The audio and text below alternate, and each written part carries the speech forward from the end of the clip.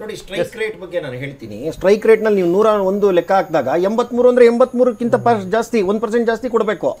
83.5% strike rate ನಮ್ದು. JDS ನವ್ರದ್ದು 75 ದಾಟಿದ್ದಾರೆ ಅಂದ್ರೆ 75% strike rate. ಅವ್ರದ್ದು 22 ಔಟ್ ಆಫ್ 22 ಅಂದ್ರೆ 80% ಜಾಸ್ತಿ ಸ್ಟ್ರೈಕ್ ರೇಟ್. 85% ಹತ್ರ ಮುಟ್ತಾ ಇದ್ದಾರೆ ಅವರು ಸ್ಟ್ರೈಕ್ ರೇಟ್ ನಲ್ಲಿ. ಅಂದ್ರೆ ವಿನ್ ವಿನ್ ಸಿಚುಯೇಷನ್ ತಗೊಂಡು ಹೋಗೋದ್ರ ಜೊತೆಗೆ ಇವ್ರು ಏನ್ ಮಾಡಿದ್ದಾರೆ ನೋಡಿ, RJD ನವರು 39, ಹೋದ್ಸತಿ ಇವರು ಇನ್ನೂ ತುಂಬಾ ಮೇಲಿದ್ರು, ಕಾಂಗ್ರೆಸ್ ಜೊತೆನಲ್ಲಿ ಸೇರಿ ಮತ್ತೆ ಗೂಂಡಾರಾಜನ್ ವಾಪಸ್ ತರ್ತಾರೆ ಅನ್ನೋಂಥ ಭಯದಲ್ಲಿ. ಮತ್ತೆ ಇನ್ನೊಂದೇನು ಅಂದ್ರೆ ಹಾಡುಗಳು ಹೆಂಗಿತ್ತು ಅಂತಂದ್ರೆ, ಲಾತಿ ನಮ್ ಕೈಗೆ ಬರುತ್ತೆ, JDS ಬಂದ್ರೆ ಮನೆಯಲ್ಲೂ ಲಾತಿ ಹೊರಗಡೆ ಬಿಡುತ್ತೆ ಅನ್ನೋ ಹಾಡುಗಳು ಕಟ್ಟಿ ಆಡಿಸಿದ್ರು. ಅದು ಜನ ತೋರಿಸಿರೋದು 39. ಇವರು ಕಾಂಗ್ರೆಸ್ನವ್ರು ಹೇಳ್ತಾ ಇದ್ರಲ್ಲ, ನಮ್ ಜೊತೆನಲ್ಲಿ ಯಾರೇನ್ ಹೇಳಿದ್ರು ನಾವು ತಗೊಂಡೋಗ್ತೀವಿ ಮೇಲ್ಗಡೆ ಅಂತ, ತಲೆ ಮೇಲೆ ಸವಾರಿ, ಅದ್ರದ್ದು 8 ತೋರಿಸಿರೋಂಥದ್ದು. ಅಂದ್ರೆ ನಾನು ಹೇಳೋಂಥದ್ದು ರಾಷ್ಟ್ರೀಯ ಮಟ್ಟದಲ್ಲಿ ಒಂದು ಪಕ್ಷನ ಲೀಡ್ ಮಾಡಬೇಕು ಅಂದ್ರೆ ರಾಹುಲ್ ಗಾಂಧಿ ಅವ್ರದ್ದು 91ನೇ ಡಿಫೀಟ್ ಇದು, ಬರ್ಕೊಳ್ಳಿ, 91st ಡಿಫೀಟ್ ಇದು. ನಾವು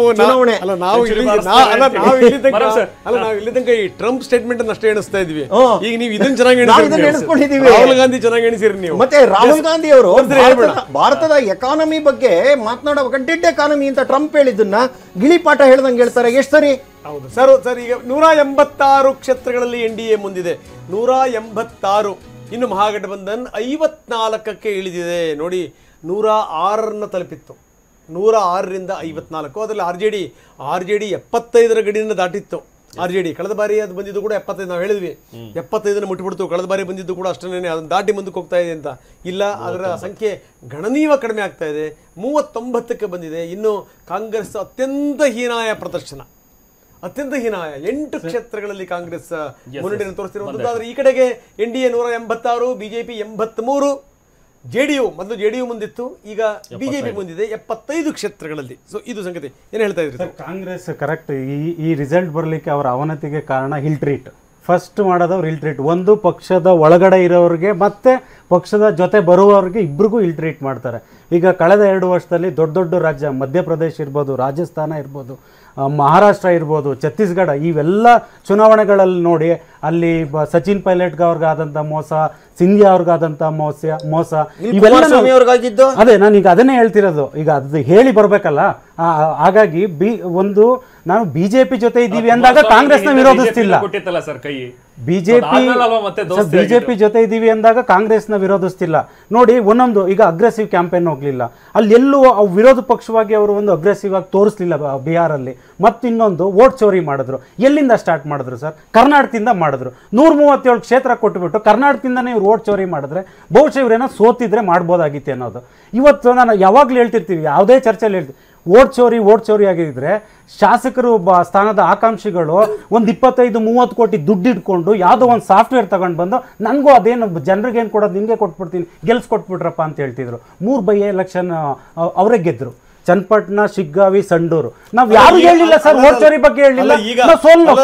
ಈಗ ವೋಟ್ ಚೋರಿ ವಿಚಾರಕ್ಕೆ ಸಂಬಂಧಪಟ್ಟಂಗೆ ಈಗ ದನಿ ಇನ್ನೂ ಕೂಡ ಸ್ಟ್ರಾಂಗ್ ಆಗಬಹುದು. ಯಾಕಂದ್ರೆ ಕೌಂಟಿಂಗ್ ಶುರು ಆಗೋದಕ್ಕಿಂತ ಮೊದಲನೇ ಹೇಳ್ಬಿಟ್ಟಿದ್ರು ಸರ್. ನಾನು ನಿನ್ನೆ ಥಿಂಕ್ ಮಾಡ್ತಾ ಇದ್ದೆ, ಪತ್ರಿಕೆಗಳ ಮಾಧ್ಯಮ ನೋಡ್ಬೇಕಾದ್ರೆ, ಒಂದು ಕಾಂಗ್ರೆಸ್ ಅವರು ಪ್ಲಸ್ ಮಹಾಗಠಬಂಧನ್ ಯಾರೇ ಇದ್ರು ಒಂದನ್ನ ಇವತ್ತು ಸಂಜೆಯಿಂದ ಧ್ವನಿನ ಸ್ವಲ್ಪ ಕಡಿಮೆ ಮಾಡ್ಬೋದು. ಒಂದು EVM ವೋಟ್ ಚೋರಿ. ಏನಕ್ಕೆ ಅಂದ್ರೆ ಪುನಃ ಅವೆರಡು ಟಾಪಿಕ್ನ ತಗೊಂಡು ಹೋಗ್ತಿದ್ರೆ ಮತದಾರರು ಪೆದ್ರಿಲ್ಲ, ಪ್ರಬುದ್ಧರು, ಜ್ಞಾನವಂತರು. ಯಾಕೆಂದ್ರೆ ಕುಮಾರಣ್ಣ ಸರ್ 95 ದಿನ ರಾಜ್ಯ ಸುತ್ತಿದ್ರು 23ರಲ್ಲಿ. ನಾವು ಒಪ್ಕೊಂಡ್ವಿ, ಇಲ್ಲ ಜನರು ಒಂದು ಮ್ಯಾಂಡೇಟ್ ಕೊಟ್ಟರು, ಕಾಂಗ್ರೆಸ್ ಕೊಟ್ಟಿದ್ರೆ ಮಾಡಲಿ ಅನ್ನೋದೊಂದು ಬಂತು. ಬಟ್ ಕಾಂಗ್ರೆಸ್ ಅವ್ರಿಗೆ ಯಾವ ರೀತಿ ಆಗ್ತಿದೆ ಅಂದ್ರೆ ಅವ್ರಿಗೆ ಯಾರು ಸರ್ ನಾವೇನಕ್ಕೆ ಸರ್ ಎಜುಕೇಟ್ ಮಾಡಬೇಕು ಗೊತ್ತಾಗಬೇಕಲ್ಲ. ಇನ್ನೊಂದು 2.5 ವರ್ಷ ಇದೆ, ನಾವೇನು ಕಾಂಗ್ರೆಸ್ ಅವ್ರನ್ನ ಎಜುಕೇಟ್ ಮಾಡ್ಬೇಕಂತ ನಮ್ಮ ತಲೆಯಲ್ಲಿ ಬರುತ್ತೆ. ಯಾರು ಅವ್ರಿಗೆ ಟ್ರೈನ್ ಮಾಡ್ತಿದ್ದಾರೆ, ಪುನಃ ಟ್ರೈನ್ ಮಾಡ್ತಿದ್ದಾರೆ.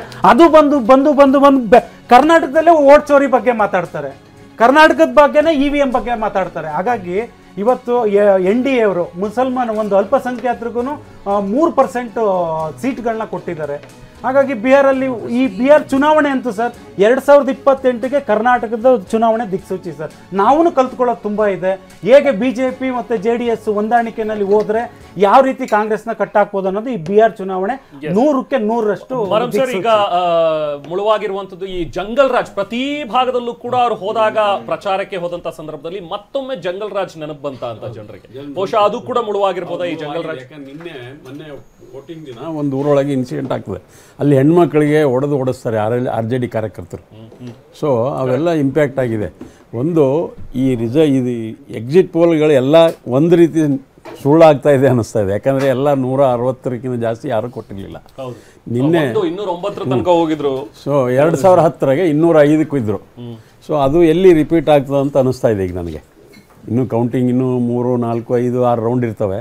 ಸೊ 186 ಇದ್ದದ್ದು 200 ಮುಟ್ಬೋದು ಅಂತ ಅನ್ನಿಸ್ತಾ ಇದೆ. 2005ರಲ್ಲಿ ಬಂದಿತ್ತು, 205 ಸೀಟ್ ಗೆದ್ದಿದ್ರು ಎರಡು ಸೇರಿ. 2010 ಹೇಳೋಂಥದ್ದು ಏನಾಗುತ್ತೆ ಅನ್ನೋದು ಗೊತ್ತಿಲ್ಲ, ಆದ್ರೆ ಟ್ರೆಂಡ್ ನೋಡ್ತಾ ಇದ್ರೆ ಅಲ್ಲಿ ತನಕ ಹೋಗ್ಬಿಡುತ್ತೇನೋ, ಅದನ್ನು ಸರ್ಪಾಸ್ ಮಾಡ್ಬಿಡ್ತಾರೇನೋ ಅಂತ ಅನ್ಸುತ್ತೆ. ಇಲ್ಲ, ಈ ಟ್ರೆಂಡ್ ಕಂಟಿನ್ಯೂ ಆಗ್ತದೆ. ಆಮೇಲೆ ನೀವು ಮತ್ತೆ ಅದೇ ಹೇಳಿದಂಗೆ ಆಗ್ತದೆ. JSP ನೋಡಿ 0ಗೆ ಬಂತು. ಖಂಡಿತ AIM 1, 2 ಇದೆ, 3ರೊಳಗೆ 1, 2 ಇದೆ. MIM. So bipolar election clearly bipolar ಆಯ್ತು ಈ ಸಲ. ಇಷ್ಟು ಬೈಪೋಲಾರ್ ಎಲೆಕ್ಷನ್ ಎಂದೂ ಆಗಿರಲಿಲ್ಲ ಬಿಹಾರದಾಗ. ಮತ್ತೆ ಇನ್ನೊಂದೇನು ಅಂತಂದ್ರೆ ಇವರು ವೋಟ್ ಚೋರಿ ಅಂತ ಹೇಳ್ತಾ ಇದ್ರಲ್ಲ, ನನಗೊಂದೇನು ಅರ್ಥ ಆಗಲ್ಲ ಅಂದ್ರೆ, ಒಬ್ಬ ರಾಜಕೀಯ ಪಕ್ಷದ ಕಾರ್ಯಕರ್ತ ಆಗಿ ತಳಮಟ್ಟದಲ್ಲಿ ನಮ್ಗೆ ವ್ಯವಸ್ಥೆ ಹೇಗಿರುತ್ತೆ ಅಂತಂದ್ರೆ, ನಾನು ಮೊದಲು ಬೂತ್ ಏಜೆಂಟ್, ಏನಾದರೂ ವ್ಯತ್ಯಾಸ ಆಯಿತು ಅಂದ್ರೆ ಇಮ್ಮಿಡಿಯೇಟ್ ಆಗಿ ನಾನೊಂದು ಅಪ್ಲಿಕೇಶನ್ ಬರ್ಕೊಡ್ತೀನಿ ಅಲ್ಲಿ, ಇಲ್ಲಿ ವೋಟ್ ಚೋರಿ ಆಗಿದೆ, ವ್ಯತ್ಯಾಸ ಆಗಿದೆ, 4ರಿಂದ 6 ಗಂಟೆ 7 ಗಂಟೆ ತನಕ ತುಂಬಾ ವೋಟಿಂಗ್ ಆಗೋಗಿದೆ ಅಂತ ಬರ್ಕೊಡ್ತೀನಿ. ಎರಡನೇದು, ಒಂದು ರಾಜಕೀಯ ಪಕ್ಷಕ್ಕೆ ಚುನಾವಣೆ ಮುಗಿದ ತಕ್ಷಣನೇ ಅದನ್ನು ರೈಸ್ ಮಾಡಬೇಕು, ಎಲೆಕ್ಷನ್ ಕಮಿಷನ್ ನಲ್ಲಿ ತುಂಬಾ ಸ್ಟ್ರಾಂಗ್ ಆಗಿ ರೈಸ್ ಮಾಡಬೇಕು, ಅದೆರಡೂ ಮಾಡಿಲ್ಲ ಸರ್. ಈಗ ರಾಜಕೀಯ ಗರಿಗೆದರಿದೆ. ತೇಜಸ್ವಿ ಯಾದವ್ ಮನೆಗೆ ಲಾಲು ಭೇಟಿ ಕೊಟ್ಟಿದ್ದಾರೆ. ಸೊ ಮಗನ ಮನೆಗೆ ಅಪ್ಪ ಬಂದಿದ್ದಾರೆ, ಪುತ್ರ ತೇಜಸ್ವಿ ಜೊತೆಗೆ ಲಾಲು ಪ್ರಸಾದ್ ಯಾದವ್ ಚರ್ಚೆ ಮಾಡ್ತಾ ಇದ್ದಾರೆ. ಇಂತಹ ಸ್ಥಿತಿಗತಿಗಳಲ್ಲಿ ಏನು ಮಾಡಬೇಕು, ಏನು ಮಾಡುವಂಥ ಸ್ಥಿತಿಲಿ ಇಲ್ಲ ಈಗ. ಯಾಕಂದರೆ ಏನು ಹರಸಾಹಸ ಮಾಡಿದ್ರು ಕೂಡ ಒಂದು ಹಂತಕ್ಕೆ ಬರ್ಲಿಕ್ಕೆ ಸಾಧ್ಯ ಇಲ್ಲ. 37-8 ಇದೆ. ಇಂಥ ಸಂದರ್ಭದಲ್ಲಿ ಒಟ್ಟು 54 ಮಹಾಗಠಬಂಧನ್. ಈಗ ತೇಜಸ್ವಿ ಜೊತೆಗೆ ಚರ್ಚೆ ಶುರು ಆಗಿದೆ ಅಪ್ಪಂದು. ನೋಡಿ, 20 ವರ್ಷದ ಹಿಂದಿನ ಆಡಳಿತ ಇದೆಯಲ್ಲ, ಆ ಆಡಳಿತದ ಪರಿಣಾಮ ಇನ್ನೂ ಕೂಡ ಜನರ ಮನಸ್ಸಲ್ಲಿದೆ ಅನ್ನುವಂಥದ್ದು ತುಂಬ ಸ್ಪಷ್ಟ. ಜೊತೆಗೆ ಏನಂತಂದರೆ, ಏನು ಬೇಕಾದವ್ರ ಮೇಲೆ ಆರೋಪಗಳಿರ್ಬೋದು. ನೀವು ಮರವಿನ ಕಾಯಿಲೆ ಬಂದಿದೆ, ಮೈಯಲ್ಲಿ ಹುಷಾರಿಲ್ಲ, ವಯಸ್ಸಾಗಿದೆ, ಜ್ಞಾಪಕ ಶಕ್ತಿ ಹೋಗಿದೆ ಅನ್ನುವಂಥದ್ದು ನಿತೀಶ್ ಮೇಲೆ ಏನೇ ಇರ್ಬೋದು. ಆದರೆ ಸುಶಾಸನ್ ಬಾಬು ಅನ್ನುವಂಥ ಒಂದು ಮಾತಿದೆಯಲ್ಲ, ಅದು ಎಷ್ಟೇ ಪಲ್ಟುರಾಮ್ ಆದರೂ ಕೂಡ ಇನ್ನೂ ಕೂಡ ಅದನ್ನ ಜನ ಬಿಡಲಾಯಿಕೆ ಸಿದ್ದರಾಮಯ್ಯ ಮಾಡ್ತಾ ಇದ್ದಾರೆ. ರಾಜಕೀಯವಾಗಿ ಏನೋ ಪ್ರಚೋದನೆ ಇದೆಯಾ ಹೋರಾಟದಿಂದ? ಕಲಬುರಗಿ ಬೀದರ್ ಭಾಗದಲ್ಲಿ ಇರ್ತದೆ ಪ್ರಚೋದನೆ. ಬಿಜೆಪಿ ಅವ್ರಿಗೆ ಬೇರೆ ಏನು ಕೆಲಸ ಇಲ್ಲ, ಪ್ರಚೋದನೆ ಮಾಡೋದೇ ಕೆಲಸ ಅವರು.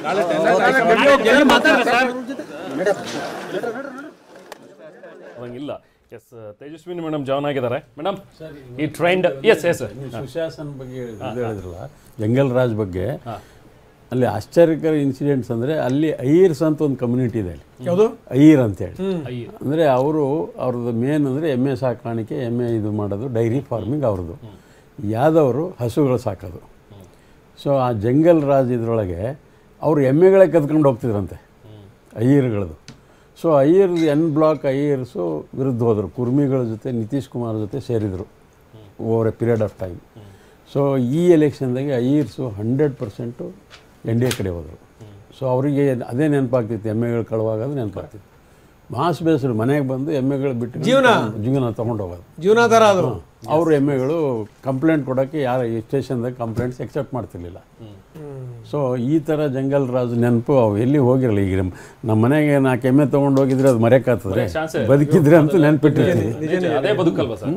ಎಸ್ ಮೇಡಮ್,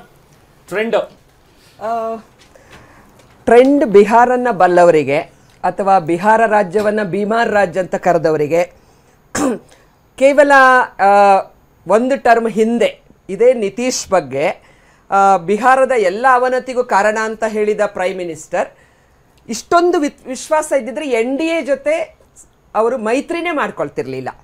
ಗ್ಲೋಬಲ್ ಫೇಸ್ ಆದಂಥ ಮೋದಿಯವರಿಗೆ ಅಥವಾ BJP ಪಕ್ಷಕ್ಕೆ ಸುಶೀಲ್ ಕುಮಾರ್ ಶಿಂದೆ ಅಂತ ಅವರು ಮತ್ತೆ ತನ್ನದೇ ಆದ ಒಂದು ಸ್ಥಾನಮಾನ ಇದೆ ಬಿಹಾರಲ್ಲಿ. ಇವತ್ತಿಗೂ ಕೂಡ ಸ್ವಂತ ಬಲದ ಮೇಲೆ ಬಿಹಾರಲ್ಲಿ 190 ಕ್ಷೇತ್ರಗಳಲ್ಲಿ ಬಂದಿದೆ. ಸರ್ ಒಂದೇ ನಿಮಿಷ ಸರ್ ಪ್ಲೀಸ್. 190ಕ್ಕೆ ಬಂದಿದೆ NDA, ಭಾರಿ ಮುನ್ನಡೆ. 191 ಈಗ 191 ಮಹಾಗಠಬಂಧನ್ 48ಕ್ಕೆ ಬಂದಿದೆ. ಈಗ 48ರಲ್ಲಿ ಮಹಾಗಠಬಂಧನ್. ಆದರೆ NDA ಓಟ, NDA ಓಘ ಮುಂದುವರೆದಿದೆ, 191ಕ್ಕೆ ಬಂದು ತಲುಪಿದೆ. Yes madam, please continue.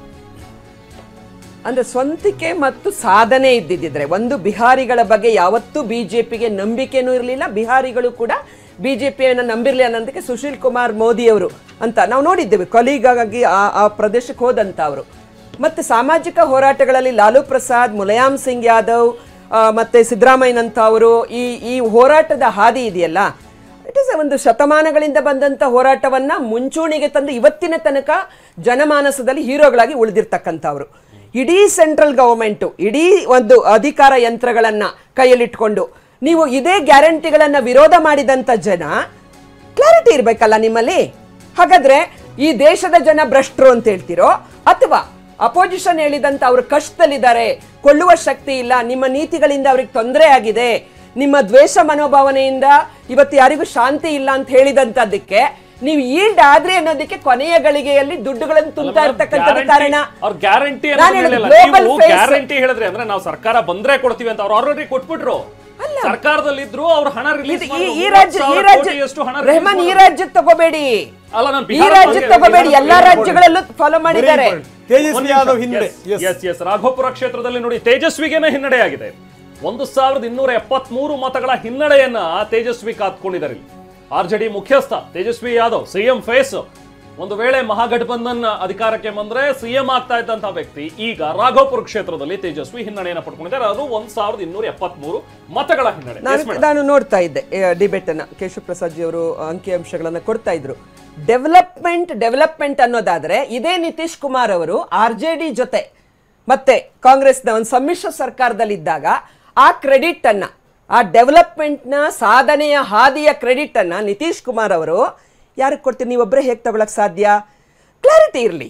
ಐದರ್ ನಿತೀಶ್ ಕುಮಾರ್ ಖಳನಾಯಕರು, ನಮ್ಮ ಜೊತೆ ಇದ್ದಾಗ ಖಳನಾಯಕರು, ನಿಮ್ ಜೊತೆ ಇದ್ದಾಗ ಹೀರೋ ಅನ್ನೋದಾದ್ರೆ, ಅಥವಾ ಮೋದಿ ಅವರ ಪ್ರಧಾನಮಂತ್ರಿಯ ಮೇಲೆ ಕಣ್ಣಿಟ್ಟದ್ದಂತ ನಿತೀಶ್ ಕುಮಾರ್ ಅವರು ಅಪೋಸಿಷನ್ ಅನ್ನು ತೊರೆದು ಹೋಗ್ಬೇಕಾದ್ರೆ ಅದು ಕಾರಣ.